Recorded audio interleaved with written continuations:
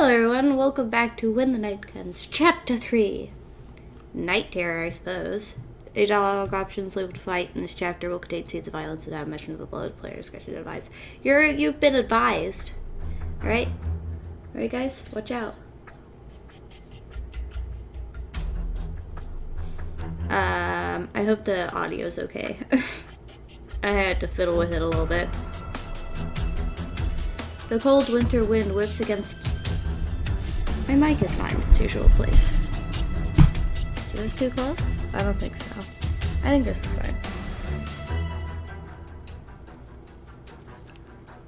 fine. Sorry. Okay. The cold winter wind whips against my skin as I run as fast as I can, sinking deeper into the ominous woodland that surrounds Lunaris.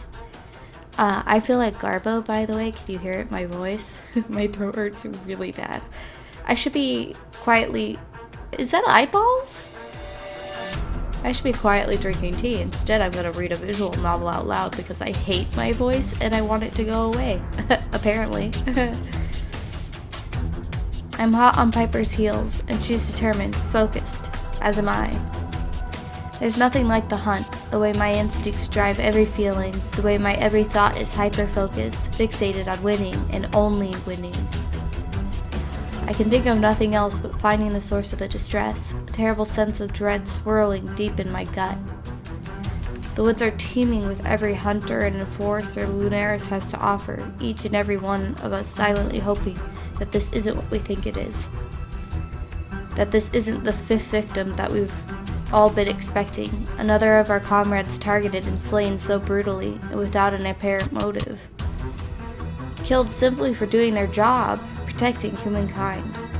My feet pound the frost-crisp grass, tall trees with gnarled branches that curl inward like talons, almost naked from winter's grass blooming high above us. This novel and its run-on sentences. I spot eyes glowing in the darkness, but quickly realize they're carved messily into rickety tree trunks. They glow ominously, and as another gust of wind blows, I swear I see them blink. I make a mental note to remind myself to return to investigate, though I'm sure they're nothing new. Not in a town like this. Piper skids to a stop, her fingers diligently hovering just above the handle of each of her daggers that sit safely in the holster at her back. Did you hear that? A quiet but obvious whisper echoes among the trees, a pained groan from something unquestionably inhuman. I like this music, but I don't know, loudness. There's a lot of variation. I hope it's not too loud. Boop. A creature. I did. Her fingers twitch, so do mine. Eyes narrowed every sense razor sharp and zoned in on that singular point. It feels young, inexperienced. Its breath, beneath our skill level. Beneath us. She says it with such confidence, but her guard is still firmly up. The duo of wide-eyed hunter sergeants that had been ordered to tail us arrive at our side, their cheeks rosy. Major? Piper opens her mouth to respond, but she pauses, looking to me. You're the highest rank here, General Spoolie. Totally ruining the moment I am. Do we move on and let these two handle it, or do you fancy working out some tension? Work out some tension. That's kind of dumb. Alright, let's fight it. I could always do with working out a little tension. That's what I was hoping you'd say. I haven't had a good fight in what feels like forever. Why are we stopping to fight? Aren't we looking for somebody who might be dying? I turn to address the sergeants. Continue heading for the rendezvous point. If you encounter General Willenheim, tell them we're on our way. They nod a little too eagerly and run onward. The hairs on the back of my neck rise the second they're out of sight, my body gearing up for a fight, adrenaline coursing generously through my veins. I close my eyes and clear my mind. I could hear the steady, assured throb of Piper's heartbeat, the quiet rustle of grass, the leaves rustling in the trees. And then I feel it. A vampire, a youngling, Her aura is frantic and skittish. She's only just awoken. She's hungry and scared. She's trying to hide. I smile. I regret saying fight. She doesn't... This little baby vampire, she might not be bad. I mean, Finn's not bad. She just doesn't have any idea what's going on. She's trying to hide. She is scared. I feel really bad. But apparently I smile, so... We're out quite far. I always used to find younglings in this area. She can likely sense that there's a clan here. She's either seeking guidance or an easy meal. It's too dangerous to let her live. She's clearly unstable. Yeah, go get Finn. Go get Finn and have him help her.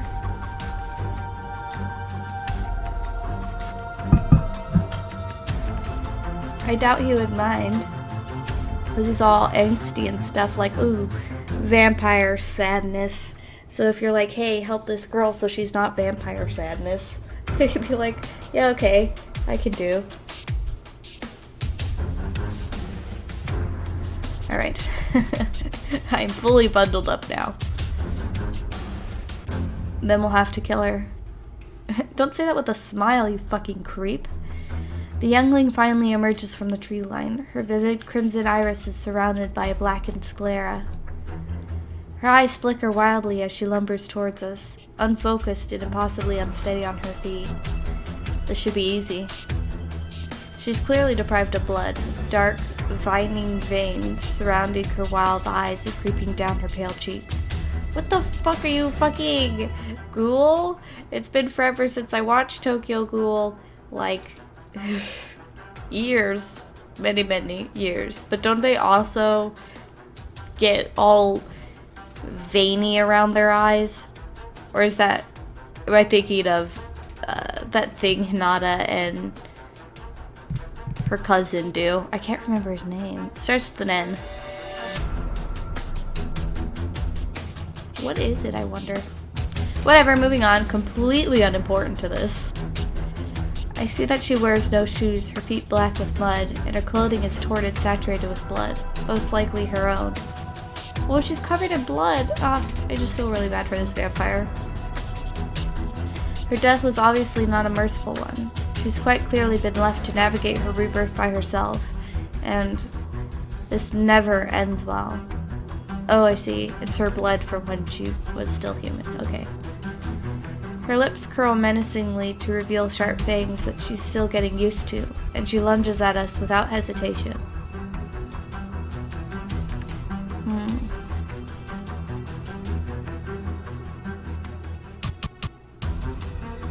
Counterattack?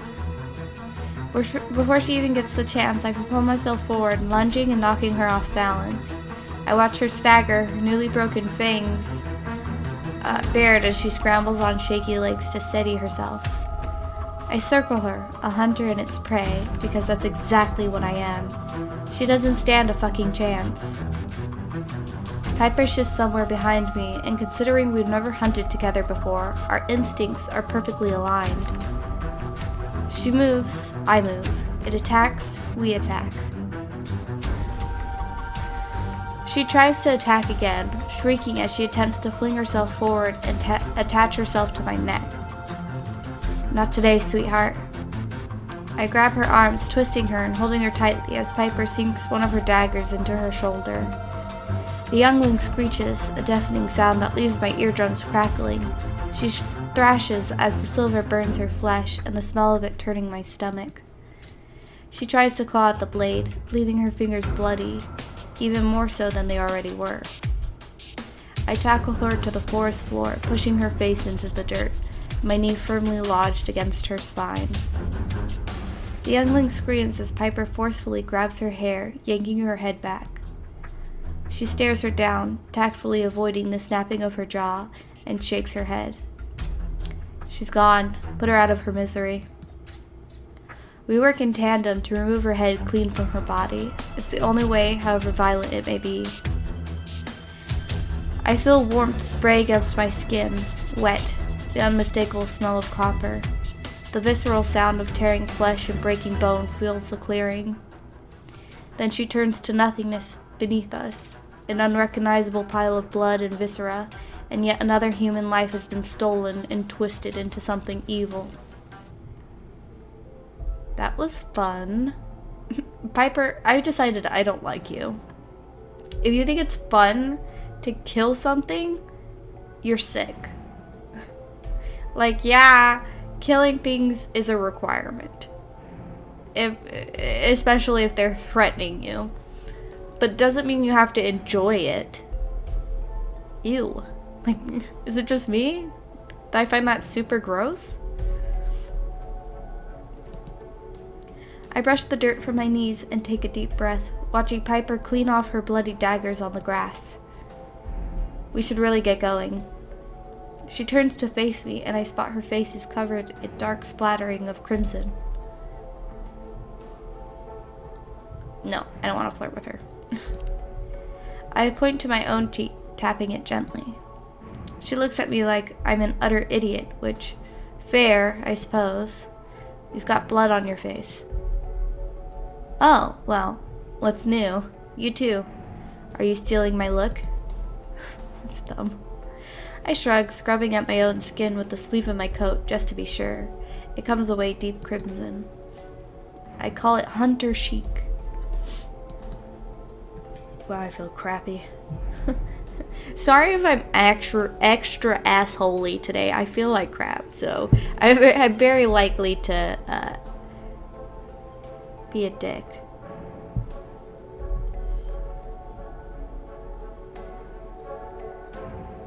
Sorry, something just occurred to me, but it's fine. Sorry.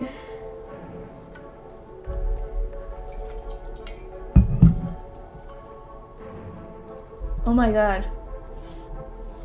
I just got a new water bottle yesterday, and I filled it up last night before I went to sleep. It's now noon. I filled it up probably around 10, and it's still cold, and I'm very impressed, and it feels nice on my awfully achy throat.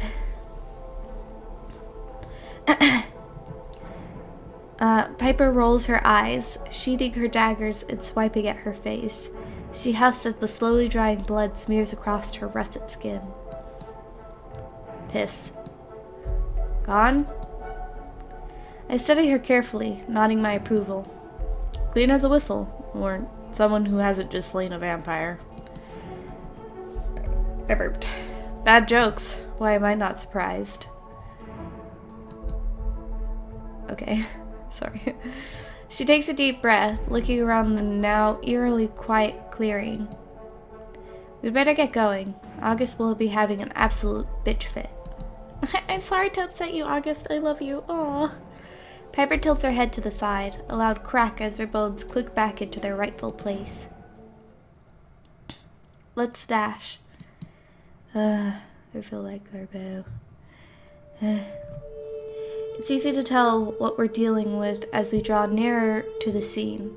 Dozens of hunters and enforcers of varying ranks saturate the small clearing, the majority of them still dressed in their festival attire, much alike Piper and I. We spot a retrieval team emerging from the tree line, their faces pale and drawn. It's then that I know. They didn't make it. You're here. They look relieved to see me, for the way we had to part on the beach was less than satisfactory, especially after whatever that was that transpired between us. I try not to think about it. It's not the place or time, but the fond way they gaze at me tells me they long to reach out and touch me. August! Oh, God. I love them. To make sure I'm real, here, alive. I feel it too. We ran into some trouble on the way, but we took care of it. I gathered that's why you were so late. It's fine. Obviously such things cannot be prevented. It's not good news, as I'm sure you can tell. My heart sinks.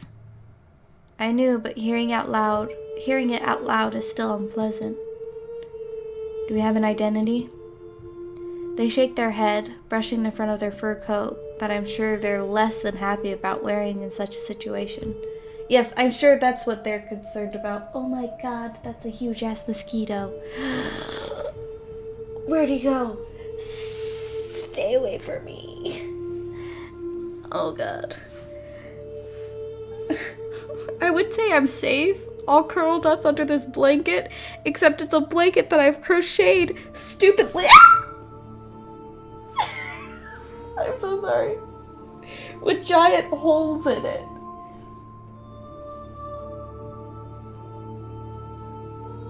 I'll be back. I'm sorry. Okay, I'm back. I woke my poor husband up to make him kill it, but we couldn't find it, so I'm threatened. So if I squeak again, I'm very sorry. It's there's a mosquito, so blame the mosquito, not me, and don't wear headphones. Okay, did I read this? Oh yeah, and then I was gonna say how I'm sure that they're thinking about their fur coat. Obviously they wouldn't be. Like, this kind of situation, they probably aren't thinking about their fur coat. Just saying. We cannot identify their voice catches. Oh. There is no body again. Nothing but... Well, I don't need to repeat such monstrous details. You've read the reports for the previous murders. It's much of the same ghastliness. Piper scoffs, her shoulders tensing, and I swear I could see tears in her eyes. She's hurting, angry. So angry that I can feel it. Goose flesh prickles across my skin thanks to our close proximity, and my own emotions waver with the sheer force of it. This is fucking ridiculous. This cannot keep happening, August. I flinch, feeling the surge of energy as August reacts, the smell of ozone thick in the air.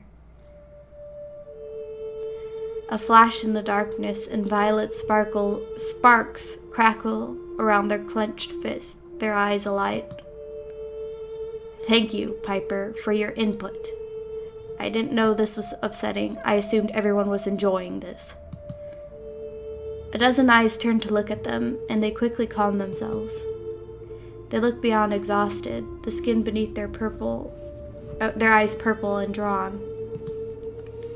Piper opens her mouth to retaliate, but wisely decides against it. This actually might be the first time I've seen her look guilty. August averts their gaze, as if they can't bear to look at her. They're too upset. Or, they're upset too. Okay.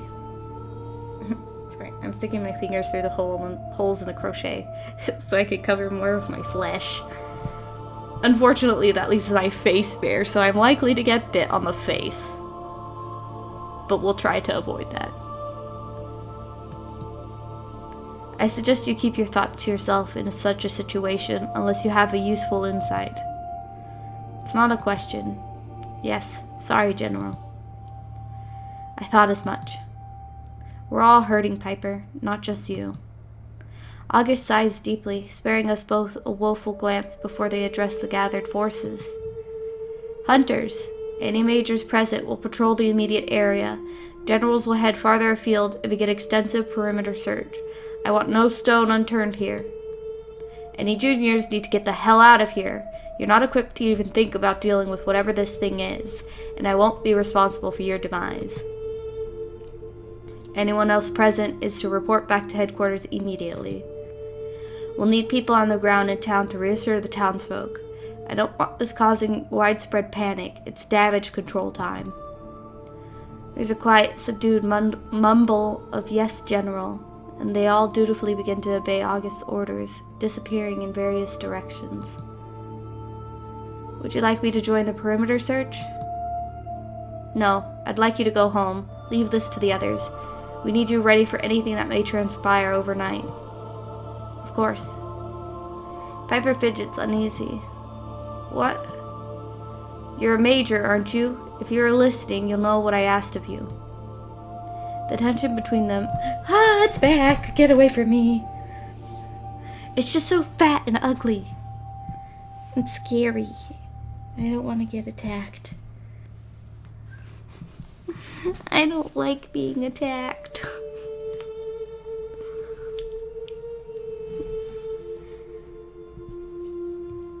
The tension between them is yet again immensely unpleasant.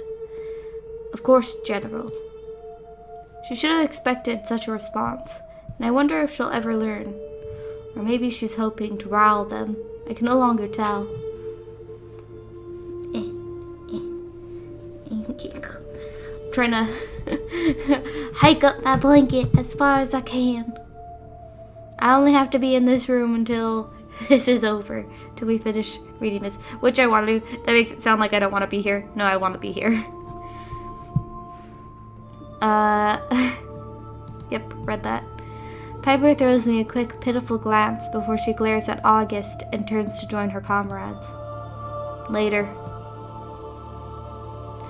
August massages their temple, inhaling sharply, swaying where they stand. I notice that their hands are shaking, and I unconsciously take a step toward them, fearful they may pass out. They hold out their hand, a signal for me to stop.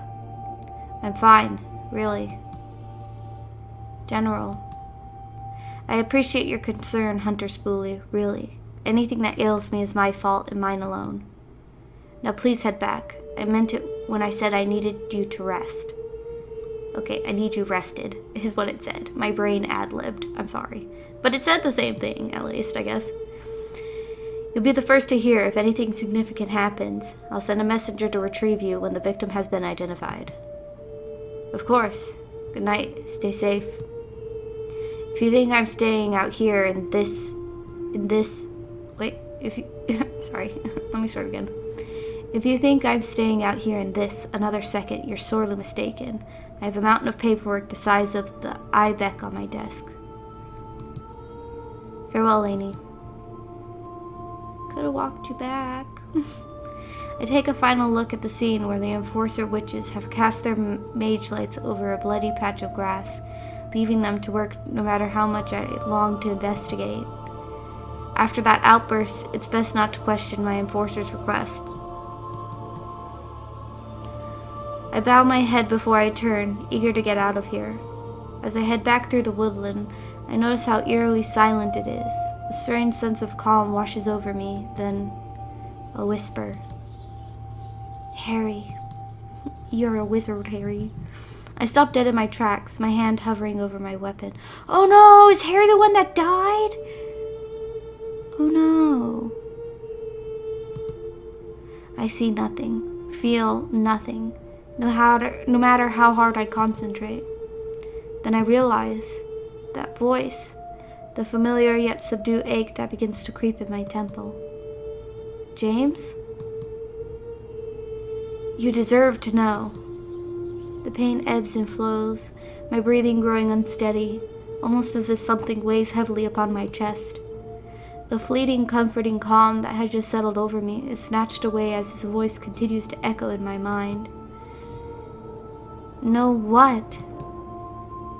I'm sore. A sharp, burning pain shoots up along my spine, and I fall to the ground, the snow-covered grass wet beneath my fingertips. His words were cut off, and after a moment I'm yet again surrounded by a blissful silence. Fucking ghosts. I drag myself to my feet, and now I only have one thing on my mind, one thing that I must do. Visit the Lieutenant General and find out what the hell is happening to me. After no luck finding him in his own office, I head to the only other place I assume he may be at this hour. The door to August's office is thankfully ajar, so I peek around the frame, finding Harry standing alone. He has a report in hand, his coat hung on the back of August's chair. He looks exhausted, his eyes red-rimmed. However, when he notices me, he still offers me a bright, earnest smile. Lainey, I can't tell you how relieved I am to see you safe. My throat feels tight, my palms sweaty. I can't quite place why. James is doing a good job of making it difficult for me to stop thinking about him. The pain I felt from his final moment was raw, like an exposed nerve. For some reason, when I think of it, I now think of Harry. I need to know why he wanted me to come here, why everything seems to point back to the man standing before me.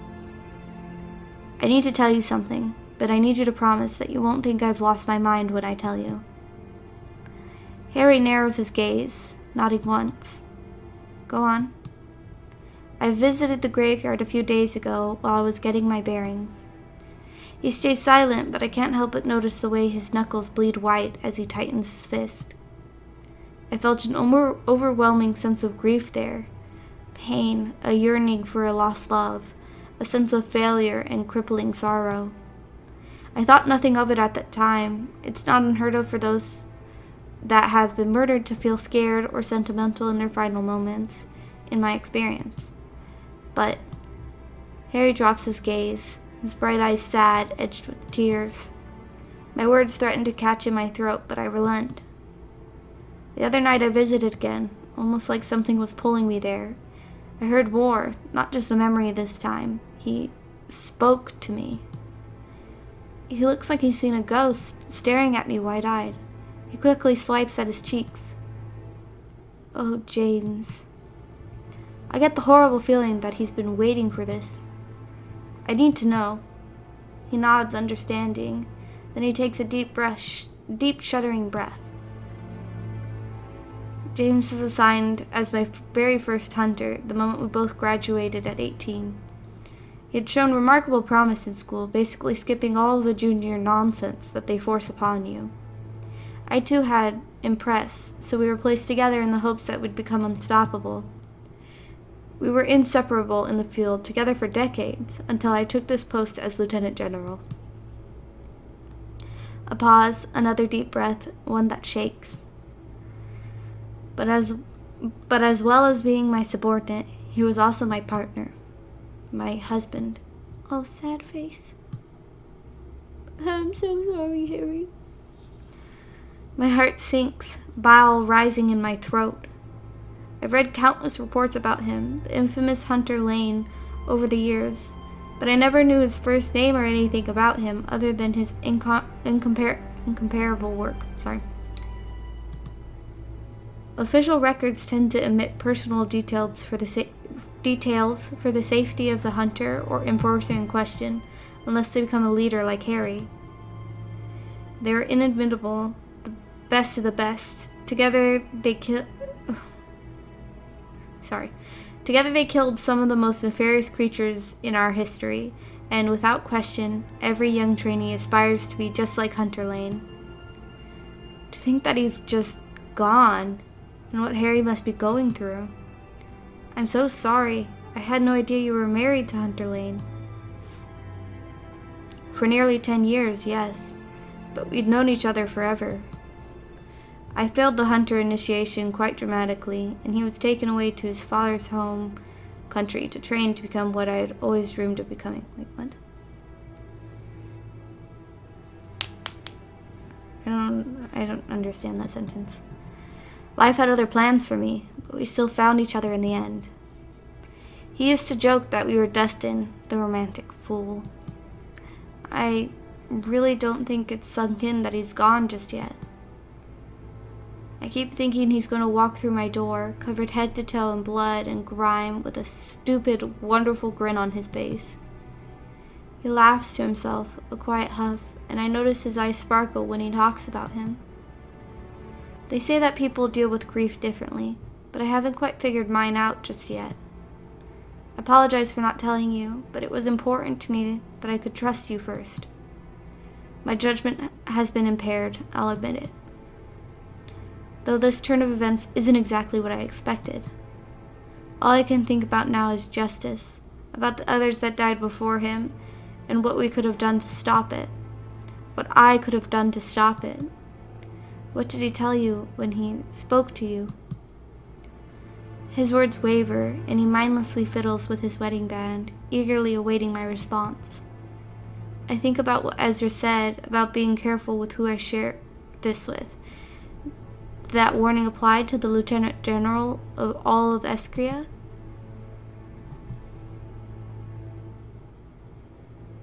What was it again?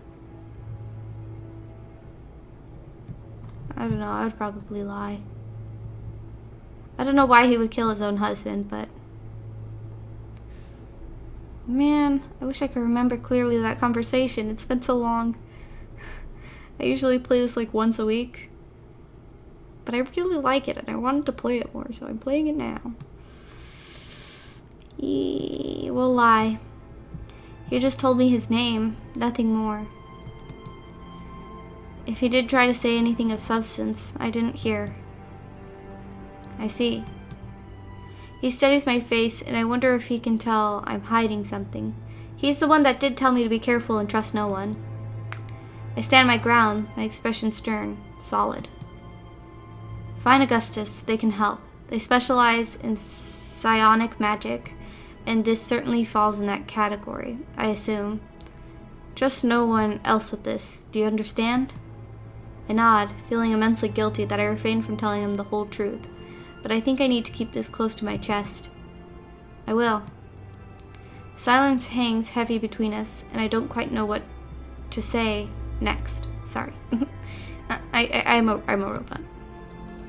He looks devastated, understandably. He must have so much on his mind already with the latest murder, and now this. The way he came alive when he spoke about James didn't go unnoticed, and I wonder if maybe talking about him would lift his mood. There's a lot of hunters out there that can only aspire to be half as brilliant as Hunter Lane. I would love to hear what he was like if you don't mind. Sure enough, his somber expression disappears, and he seems to brighten up a little. He was a cocky son of a bitch, but it worked well for him in the field. He was never careless, though. I often found myself watching him instead of paying attention to whatever was attacking us. Luckily, he could fight well enough to protect us both, or I'm sure we would have been in trouble. A lot of enforcers chose to stay cooped up in a stuffy office, away from all that danger. Working with James made me not want to miss a thing. He digs into his coat pocket, retrieving his wallet and pulling out a small weathered photo. He pauses, staring me down as if he has reservations, but then he hands it over. No, they look really happy. I feel really bad for him. It's of him and James. They look young, beyond happy, and impossibly in love. I'm getting teared up. Shit. We were unbearable to be around, I'm sure. I study the genuine smiles, the way their fingers are laced together. I may not know James aside from the voice in my head, but I feel a strange connection to him, as if I too have known him forever. Thank you for showing me. He tucks the photo back into its place, right beside a neatly folded up letter. Well, apparently he appears to have taken a liking to you. It's only fair for you to put a face to the name, I suppose. He stares down at his hand, once again twisting his wedding band. His expression is neutral when he meets my gaze, but in a split second his disposition shifts to the stiff formality I am so used to when dealing with figures of authority. I gather that our conversation about his dearly departed is over. What happened tonight could have been prevented. It's unacceptable that we were so aware of the looming threat, yet we let our guard down and lost another life. This cannot happen again. I nod, agreeing wholeheartedly, but I cannot shake the feeling that yes, this could have been prevented if it weren't for the festival. The festival he was so adamant went ahead... Oh, wait, what? Went ahead despite others' clear apprehension. Oh, I understand. Okay, I understand the sentence now, sorry. My brain just couldn't piece the words together in the right way. The festival he was so adamant went ahead despite others' clear apprehension, including August. I think better of pressing the matter, for Harry suddenly seems like a man willing to admit fault. Did you speak to the twins as I requested? I did. As I'm sure you expected, I didn't get much out of them. A quiet hum, which I think is an indifferent agreement, and Harry sighs heavily. They're rather adept at both lying and sheer avoidance. I'm interested in speaking to the brother alone, though. There was something off about him, like he just didn't want to be there. I also came across the letter outside the building. When that was addressed to him, the language looked demonic. Harry nods, indifferent, and I wonder if he even heard me. He clears his throat and flicks his eyes to the side as though he has no interest in humoring me any longer. There's nothing more you can do here until we've identified the victim. Get some rest. It's late. You're dismissed, Hunter Schoolie. Though I am used to being addressed in such a manner, I'd be lying if I said I wasn't perplexed by the shift in his demeanor. I chalk it down to grief, just like he said, but can't help feel like maybe I've disappointed him somehow. I turn and I quietly leave. Snow is still falling as I step outside, and though the hour is late, there's certainly no peaceful quiet in Lunaris tonight. The street outside of headquarters are bustling with hunters, enforcers, and everything in between. I keep my head down as I make my way towards the wolf. I fall into a trance as I replay my conversation with Harry over and over, trying to pinpoint the exact moment that made him change his attitude so drastically. I'm snapped back to reality when I bump into something cold and hard, finding a pair of familiar golden eyes staring back at me when I look up. Really hairy chest. He looks really happy. Lainey, distracted are we? I step back, brushing down the front of my coat. I can see that his lips are on the cusp of curling to the side in a vague, amused smirk. You could say that. It's been a long night. He offers me a sympathetic look, shoving his hands firmly in his coat pockets as the duo of enforcers pass by. I make a point to glare at him, and by proxy at me for being near him. Finn dutifully avoids their gazes like a man who has had centuries to perfect feigning indifference to the way people like me treat him and his kind. I can imagine. I'm glad to see you safe, Lainey. We were all worried for you when we heard. Thank you, Finn. He turns to check the street is now clear, turning back to me with a serious look. I have my clan patrolling the woods. I'll ensure they're out until dawn, searching if necessary. Anything we can do to help find whatever or whoever is doing this. I'm grateful for the assistance, and I certainly can't say I've ever had a clan of vampires as allies before. I'm optimistic that their help will be of great value to me, to us. It's very kind. After an indecipherable pause, Finn's expression drifts somewhere far away. You know, I was out there just now, picking up a scent, something familiar. Familiar how? He steps closer, and there's a certain air of caution in the way he addresses me, as if he's unsure that we're truly alone. I didn't get to hang around.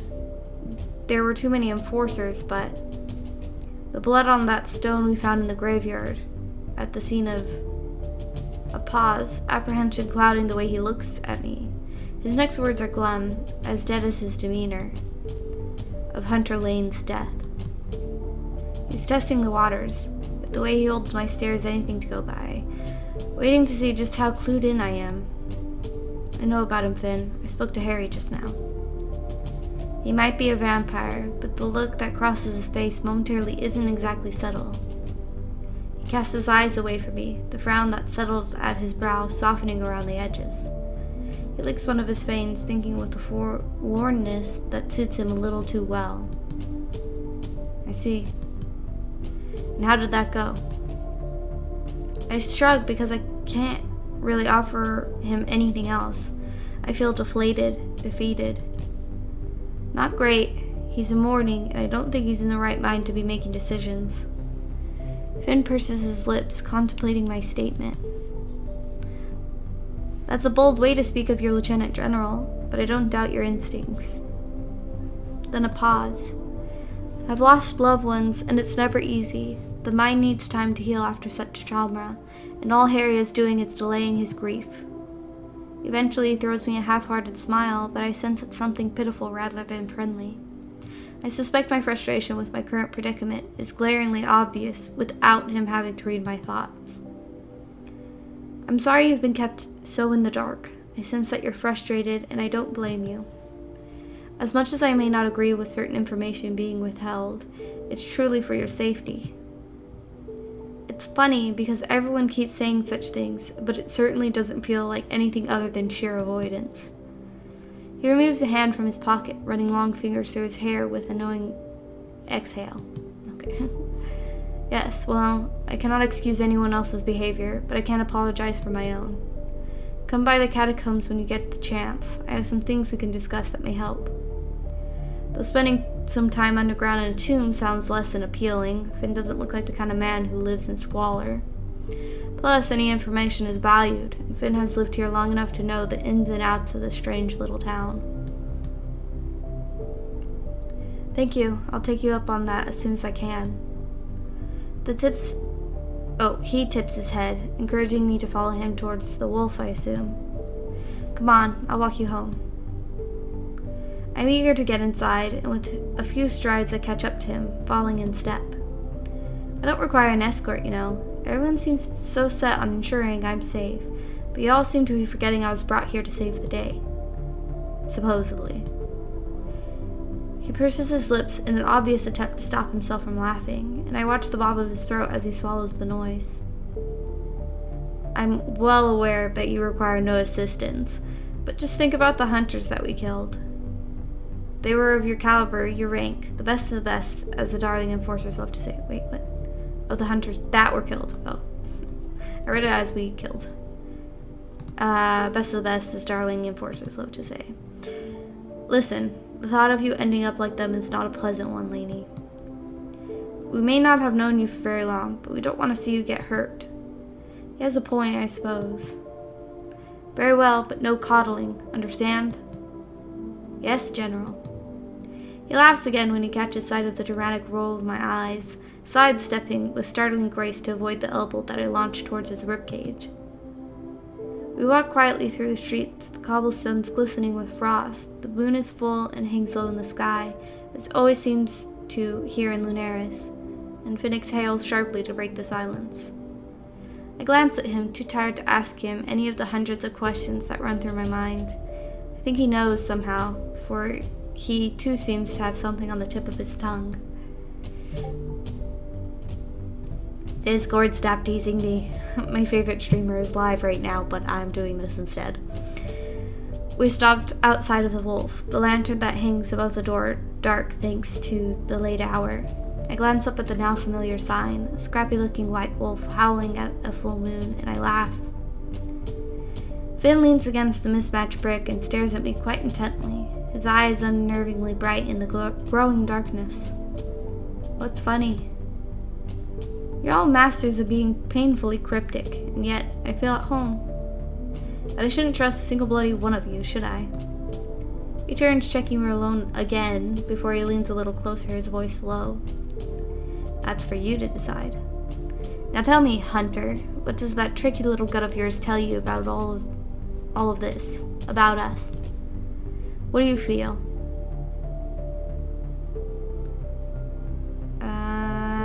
I don't want to flirt. Go where? Okay, I don't want her to be like, time for me to leave this shitty little town, though I guess I need a drink. You know, it's a shame the bar is closed. I'd kill for a drink right about now. The grin he offers me tells me I've probably said the wrong thing, inviting him to be devious. Lainey, if you think I've lived here for centuries and not broken into the tavern for a late-night beverage, then you're sorely mistaken. I don't doubt that, and it's certainly tempting, but... No, I shouldn't. I need a clear head tomorrow, as clear as I can muster with all this fog, anyway. I wonder what August would think of their new star general was caught stealing from the local with... I wonder what August would think if their new star general was caught stealing from the local with a vampire of all things. Man, I started again so I could get it right, and I still didn't get it right. I'm willing to find out. I join him in his laughter. The mere thought of August being informed of such transgressions gives me the boost I need to drag myself up those stairs. You're yet to discover how easy August is to fluster. I implore you to find out. Sure. Sounds like a fun task. He turned quite a startling shade of red. I don't doubt that, but I've seen August mildly angry, and I can say I'm fond of it. Oh, I can't say I'm fond of it. Sorry, okay. I'd rather not get zapped, thank you. He shrugs, lips pursed. That's fair. I really should get some rest. A pleasure as always. And remember, we've got your back. Should we find anything of interest overnight, I'll come running. Daylight permitted, of course. Good night, Lainey. I return his smile, pushing the heavy door to the wolf open and praying it doesn't creak and wake the other residents. Good night, Finn. I watch him go before I close the door, only the light of the moon guiding his way as he disappears into the darkness. I finally settle upon the hard mattress, the cheap sheets harsh against my skin as I attempt to get comfortable. Light from the low-hanging moon bleeds into my room, bright enough to keep me awake as it cuts through my sorry excuse for curtains. I've scrubbed myself clean of any trace of grime from the hunt, and I can't help but feel irritated from the sheer lack of progress I've made so far. I've come to the conclusion that there are too many secret keepers in this town, and I refuse to feel defeated, or to let it continue. Overwhelmed by the day's events, I find myself falling into a swift and dreamless sleep. Reality settles over me when I wake, a thick smog that almost suffocates me as I reluctantly drag myself from the almost comfort of my bed. I haven't had anywhere near enough rest, but I must relent. I muster the energy to dress and head downstairs to face whatever obstacles are hastily and inevitably shoved in my way. No sooner have my eyes taken in the bleary sight of the empty tavern than a hideous scraping of wood against stone assaults my ears. In the corner of the room where he had until then sat in the shadows, Alcar stumbles to his feet, the chair he's been sitting on almost toppling over. He catches it at the last moment and sets it right, then grimaces briefly before stalking over to me. There's enough distance and enough time to see the hunch of his shoulders and the stiffness of his posture. For a moment I worry, if he's hurt somehow, but as he comes closer, it seems more likely he's only wary, perhaps. Not unusual, but with the commotion last night, it puts me ill at ease. Great. I have no need for supernatural senses to know this is going to be another pebble on the mountain of mysteries. Alcar looks a mess, his feet unwrapped and covered in dirt, his clothes not much better. What has he been doing? Rolling around on the forest floor? Hunter, I need to speak with you. He doesn't sound like the aloof, cocky half-lycan I've come to know. Alcar speaks forcefully, but there's a tremor in his voice that's hard to miss. He sounds frantic almost. What's wrong?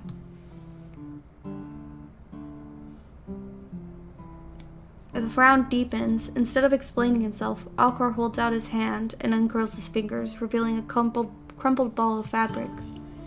For a moment I stare at him, at the thing he's holding without comprehension. Alcar stares back, expression telling me he thinks I'm an idiot for not getting it, and I almost want to snap. But then I realize the distinctive purple under the dirt and the dried, crusted blood, and my stomach drops. A hunter sash. Alcar's holding a hunter sash in his hand.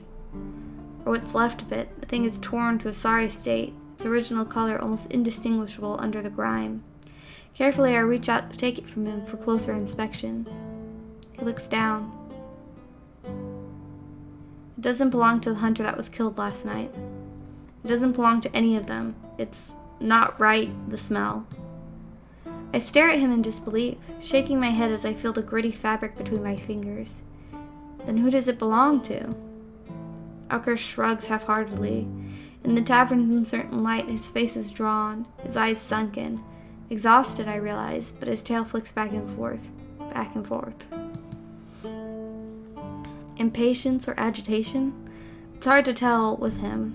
All I know is that Alcar is telling the truth, if for no other reason than because he's too worn out for deception. I tried, but I couldn't tell. I searched all night with the clan, but we came up short. He looks over his shoulder, checking to ensure we don't have company. I have to be careful. I can't be seen with such things, they'll... A sharp exhale, and he emits defeat, shoulders drooping, ears flat against his head. There's as much bitter resentment in his voice as there is sulk. They'll hurt me again. I almost ask who, but Alcar's hand twitches toward his chest, drawing my eyes to the hidden brand that I know is there, making the unpleasant implication clear. I'm not gonna let them hurt you. He doubts my ability to protect him, which is a flirt. Strange that he would come to me with this.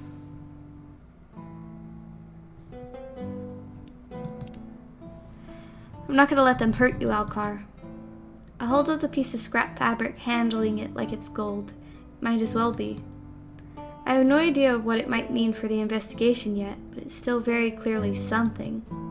And I'm very, very well aware of the trust, or perhaps desperation, it took this seeming pariah to come and entrust it to me, in person. I haven't seen a mosquito in a while, but I need water. Wonder what it's doing. I don't like mosquitoes, they're creepy.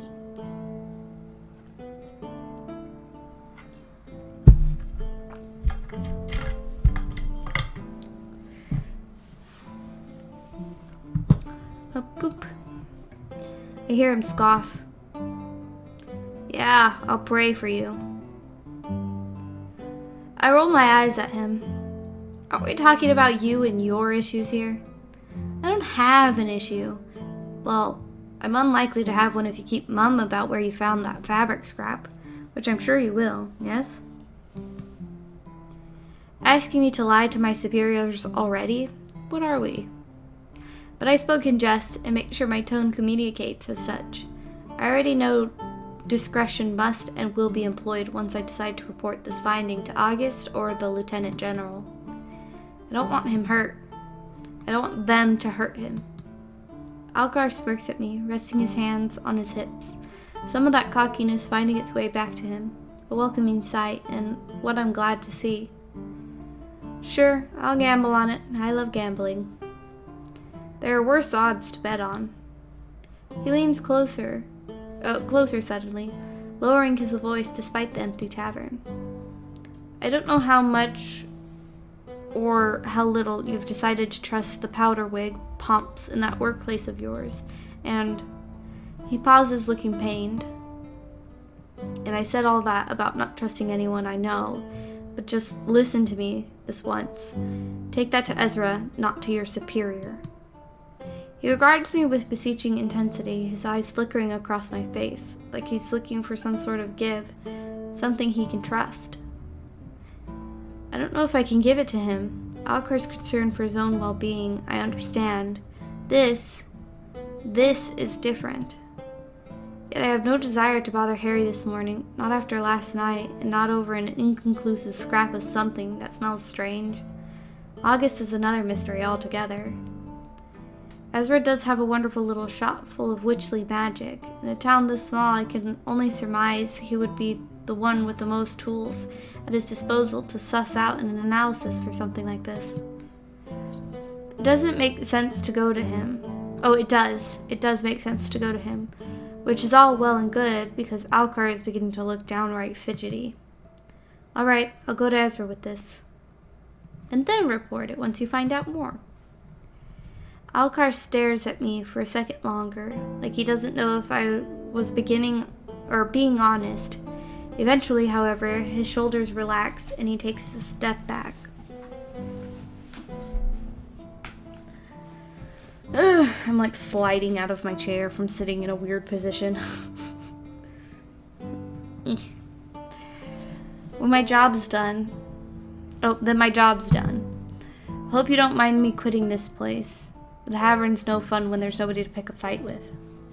He drops into a mocking half-assed bow, his tail swishing, then all but squeezes himself out the door right past me before I can so much as frown.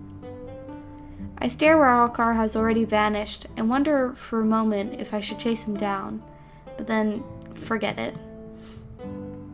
He's no hunter, and I have a feeling not entirely natural that the thing out there isn't interested in lichens. What? Witches, demons, or vampires. It's nothing to do with the killing pattern. It's... Sighing, I tuck my coat more tightly around myself and reluctantly make to follow his path. Breakfast will have to wait.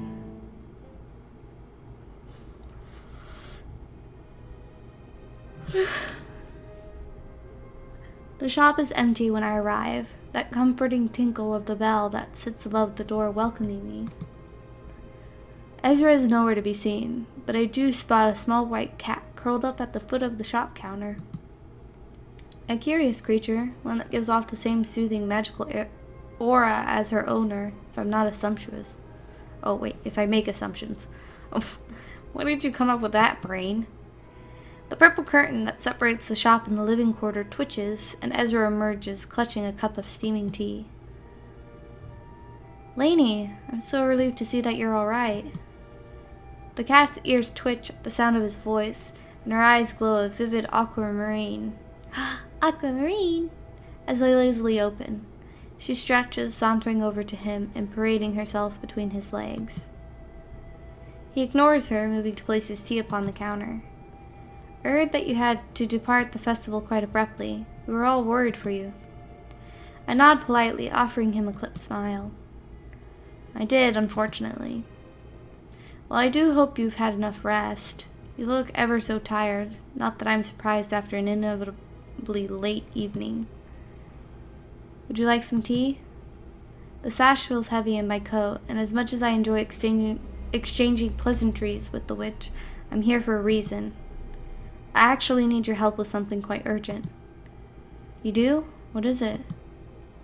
Both the cat and Ezra watch me intently as I retrieve the sash, the violet bloodied fabric unfurling as I hold it up. The cat hisses, her hackles raised as she darts into the back room with little hesitation. That paired with a look on Ezra's face unnerves me, and I sigh heavily, exasperated, as he rushes past me to lock the front door. Deadbolt and all. He faces the door, his palms blade flat upon the window pane. It glows a pleasant shade of blue as he whispers what I assume to be a ward incantation before he turns to join me. Though we're quite clearly alone, his voice is tactfully quiet. Where exactly did you get that? Words rush out of him, and his aura is panicked, so much so that I begin to feel a terrible sense of unease washing over me. Ezra is the one person I truly had no hesitation about trusting from the start, someone I thought I could rely on, but here, right now, I find myself questioning his intentions. Could he possibly already know who this belongs to? And if so, how? Alcar found it in the woods last night. He told me to bring it to you, and only you. He runs a hand through his curls, and I notice that it's shaking. Ezra, are you okay? A heavy exhale, and he closes his eyes, shaking his head before he meets my gaze. This is bad. This puts us all in danger. Danger? I don't understand. It's just a sash. I simply hoped you could identify who it belonged to. You're aware of who its owner is, I assume, based on your reaction? I play dumb, expertly disguising my interest in the fact that I know it's not the new victims. If he's hiding something, I'll find out. He moves around to the other side of the counter, nervously rearranging a pile of glowing crystals, pushing aside a dish filled with colorful gems. He spares me a glance as he takes a seat, then he forces a smile. I have an inkling, yes. May I? He holds out his hand, which I observe is now perfectly steady. I'm hesitant to part with the scrap after the little display of uncertainty, but he seems to have collected his thoughts. Are you sure? He nods, wiggling his fingers impatiently. As sure as I'll ever be. Now let's get this over with.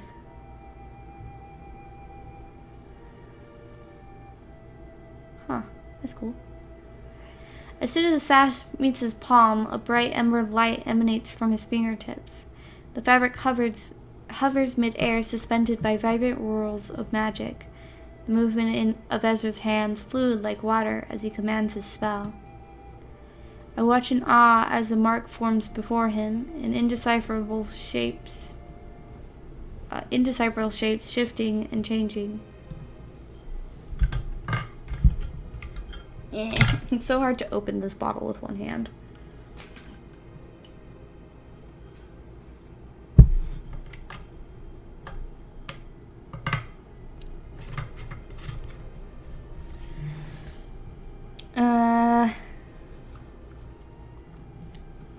His eyes are alight, brighter than ever, as the blood that coats the sash seems to pull away from the fabric, suspended alongside his magic. It's beautiful, a truly impressive display, but I ensure I don't take my eyes off him even for a second. His lips part, brow deeply furrowed as he concentrates. He doesn't look pleased, and I'm not entirely sure exactly what he's doing, but whatever it is, I just hope that it helps. This is the first solid piece of evidence I've managed to get my hands on, and I refuse to rest until I get a name.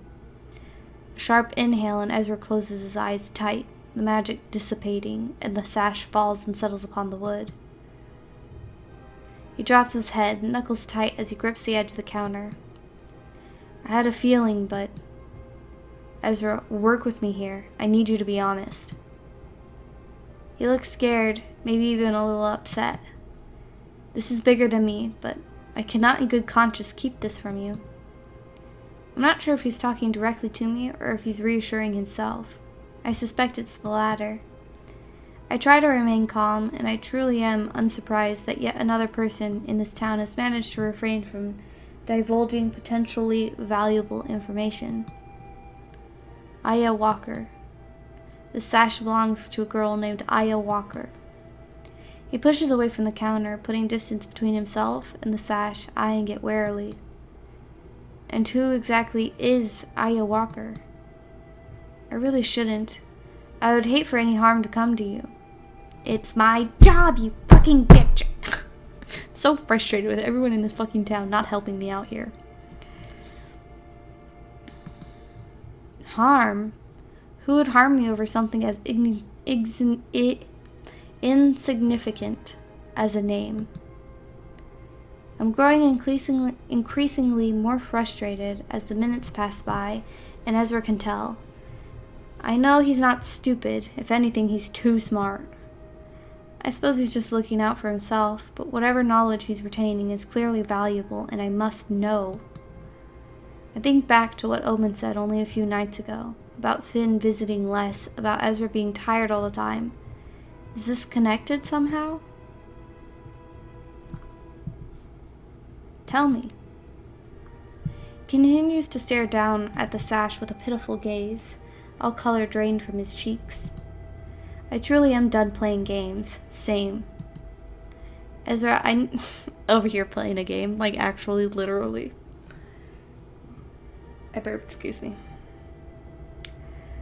Ezra, I need you to tell me. I don't have time for this. He looks away, avoiding eye contact as he bites his bottom lip. He's clearly waging a war with himself, deciding what his best course of action is here. His aura is still panicked, a little erratic, but I do not yield. I'll surely find out another way. I'll surely find out another way now I have her name, but I'd rather hear it from you. Finally, he looks at me. His eyes are wide and he nervously fiddles with the fur that edges his cuffs. He gives in, thankfully deciding that helping me is better than staying silent, apparently letting it eat him up. Aya was a hunter, a general. She had recently transferred here from another town when she was arrested. I remained calm, though this information is alarming. Hunters, especially generals, are not often arrested for minor crimes. And her charges? He shakes his head. No one knows. Not outside of the enforcers, anyway. I don't know what to do with this information. A young general being thrown into the dungeons is alarming, especially when there's no apparent reason. Treason, murder, unlawful torture, these are all things I know that hunters have been imprisoned for, but never without the public having full knowledge, for such events are not usually quiet ones. We have families, friends, we save lives. There must be something, somewhere, that tells me why she was stripped of her title and thrown in a cell. I take the sash from the counter and tuck it back inside my coat, and Ezra keeps a close eye on the movement as if it may jump out and bite him. Who was her enforcer? Ezra throws me that look again, the one where he looks impossibly sad, reluctant. Gus. Of course, because I don't have enough on my plate already. He quickly scrambles to add to his statement, clearly not wanting me to think ill of August. Only an interim, though. While her transfer was processed, her and Piper hit it off quickly, but she was gone before she had a chance to thrive. I take a step towards the door, and Ezra nervously follows. Where are you going? He looks like he wants to reach out and stop me, but he thinks better of it. I'm going to clear my head before... I don't know. I reach to turn the locks, then for the handle, watching his wards shimmer and fade as he reluctantly waves his hand. Something begs me to pause. Tell me, Ezra, why are you so afraid? A deep breath and a steady exhale, and Ezra stands tall. Because I'm scared to learn the truth. I've only ever been looking for somewhere to settle, somewhere quiet and away from things that gave me nightmares. I found that here. I found love, a family, and yet... One second. I just realized how quiet the music got. Oops, no. We're putting it here. It's still super quiet, but this is the one that gets loud, I think. Maybe not.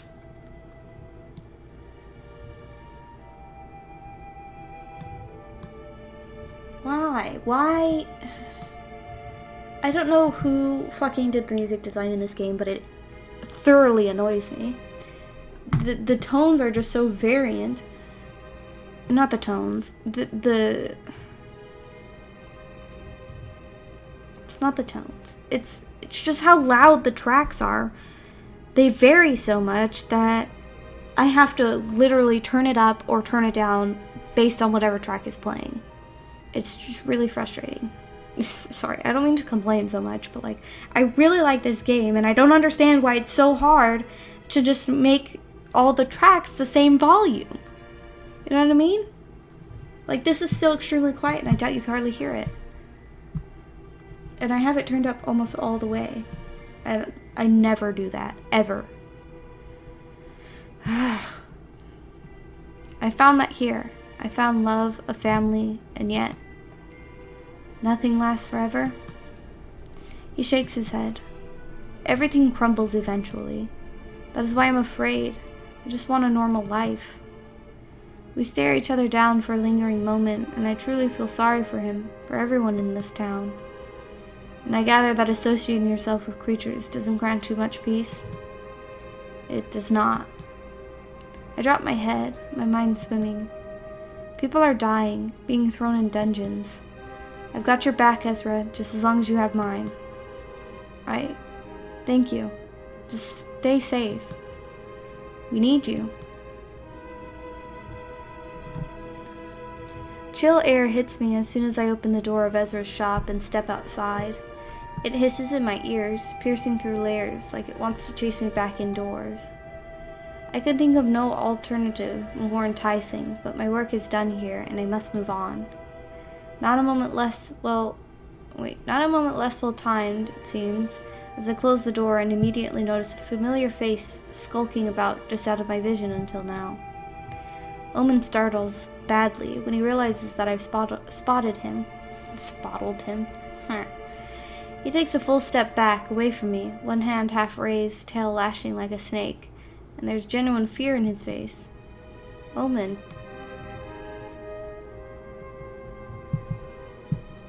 I'm not gonna flirt with him. Despite his obvious distress, I couldn't deny that seeing him provided me with some relief. Not because I have feared for his safety necessarily. Omen seems the type to know how to stay out of sight and out of trouble. But perhaps that is the problem. He's been staying out of sight a little too well. And judging from the look of him, maybe he's not been staying out of trouble. Still, I opt for friendliness, because my relief at his presence is not false.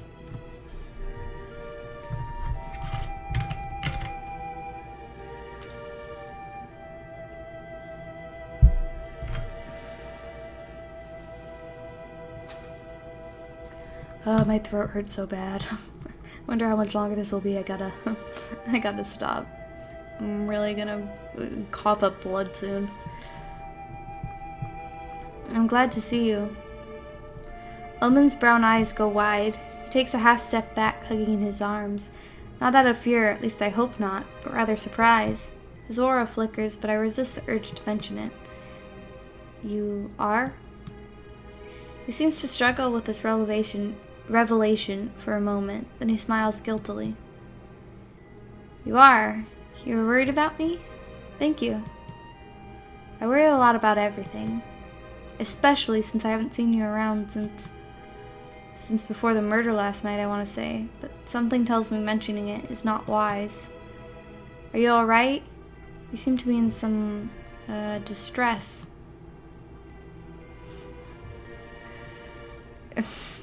His tail moves around. Oh no, I'm fine. He says that a little too quickly, I think. I'm looking for someone. Almond says this very quietly, like it's a secret confessed. He scans my face with eyes flickering, more red than brown, pensive. I wait, since there's little else I can say. Then something seems to resolve. Elman looks from me to Ezra's door, then takes a step back, his mouth tight. She's probably not in there then. I should get going. It's nice seeing you again. He makes a turn away, and I don't know what moves me to act. Perhaps it's his aura, the way I suddenly sense it swell under his glamour, spot the wisps of flame trailing from his hair and the tips of his ears. Perhaps he's walking away and I simply cannot let him go right now. Perhaps I'm tired of one more fucking mystery in this town. Either way, I reach out and grab his wrist. Wait! And instantly regret it.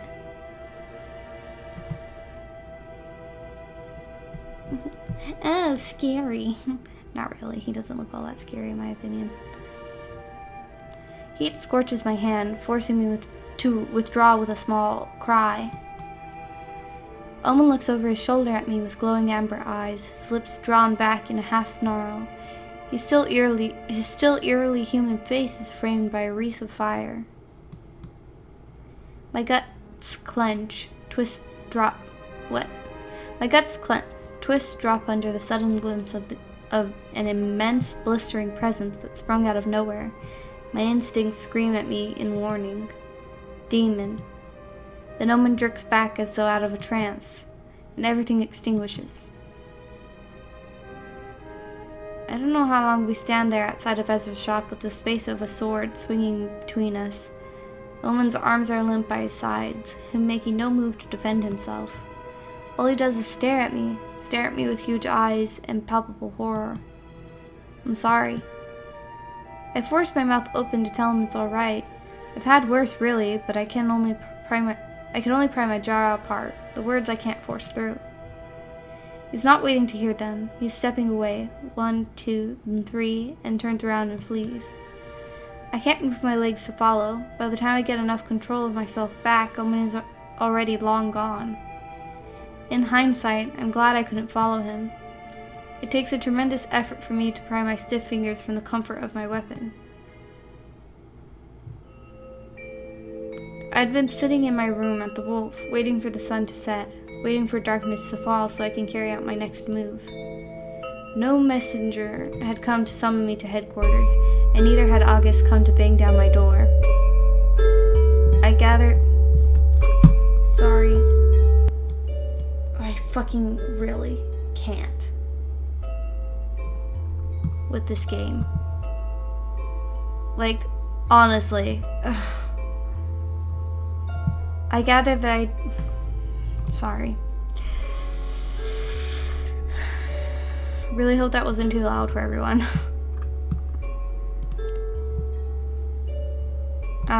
Return.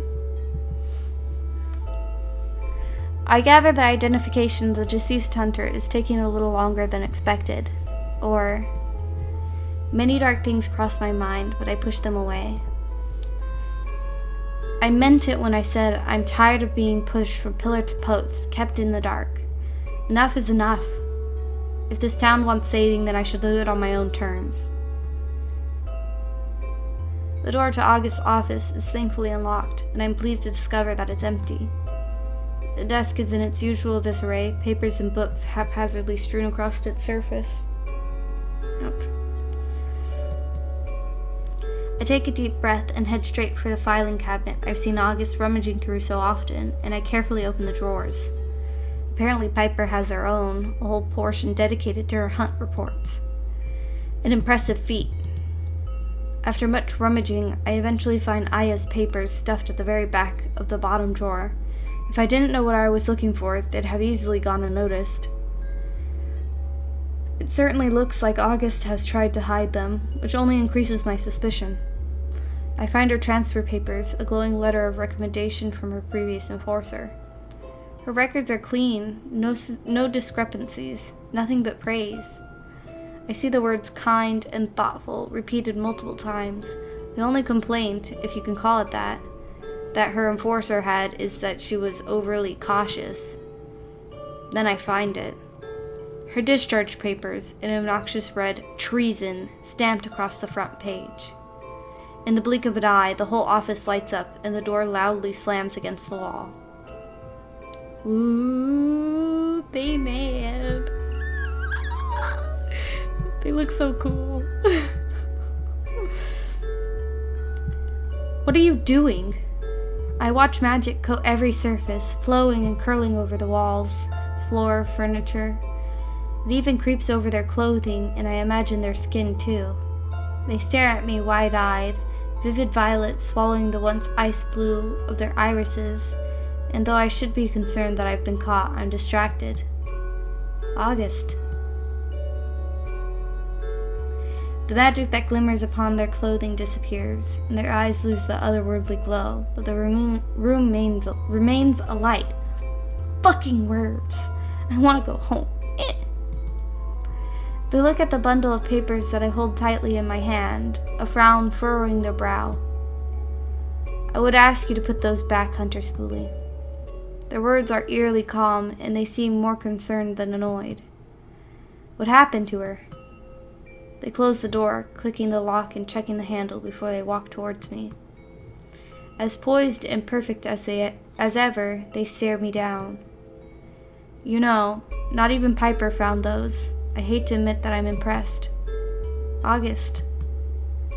They unfurl our fingers in a silent gesture, and I pause. August is still my superior officer, and I'm nothing if not respectful. I did not wish for Piper to be demoted, nor do I wish for you to meet the same fate, but I appear to be having a case of deja vu. But, you know, sometimes the hand that feeds is a forceful one. I'm perplexed. I expected a much harsher conversation. August isn't exactly known for their calm temperament, and is startlingly out of character. Aren't you going to admonish me? A sly smile, and they shake their head. No, Lainey, I'm not. I believe in you, strangely. I believe that you're a bright light at the end of a very, very dark tunnel for this town. And I've been questioning things lately. But yeah, I'm a flirt. The look that crosses their face breaks my heart. It's one of shame, sorrow. I long to comfort them, but these papers weigh heavy in my hands. August, please. I can't take any more dishonesty. I'm here to help. I want nothing more than for all this pain to stop. They drop their gaze, apparently unable to look at me. I'm here for you. Their cheeks blush pink, mouth set in a thin, nervous line. I do not deserve it. I got myself into this mess by... They catch themselves. I do not deserve it. I cross the room, the papers discarded, and I stand face to face with them. Help me, August. I attentively reach for their hand, and they take it. Oh, and they take it without question. Sorry. For whatever reason, my brain read question as permission. And I was like, wait, why would they need permission? I was obviously reaching towards their hand. Whatever. Let's try again. I attentively reach for their hand, and they take it without question, lacing their long fingers with my own. Aww, they're so cute! The markings brighten, thrumming in time with what I assume is August's hammering pulse. People are terrified, and I think you are too. What did this girl do to deserve to be forgotten? If I told you that, I don't know, would you believe me? Oh, told you that I do not know. Oh, okay. I run my thumb along the back of their gloved hand, still feeling their warmth through the fabric. I look deep in those eyes that seem to hold the universe. I would. Then you must be a fool. I laugh quietly, reaching up to cup the curve of their jaw with my free hand, then lean into my, what? What? I laugh quietly, reaching up to cup the curve of their jaw with my free hand, then lean into my touch as if they've craved it for an eternity. Is that a typo, or am I just stupid? I can't understand this sentence. Then a fool I shall be. The time spent with them at the festival granted me access to a very different August, one that I found myself becoming quite fond of. I relish in the warmth of their flushed skin against my own, reveling in how beautiful they are.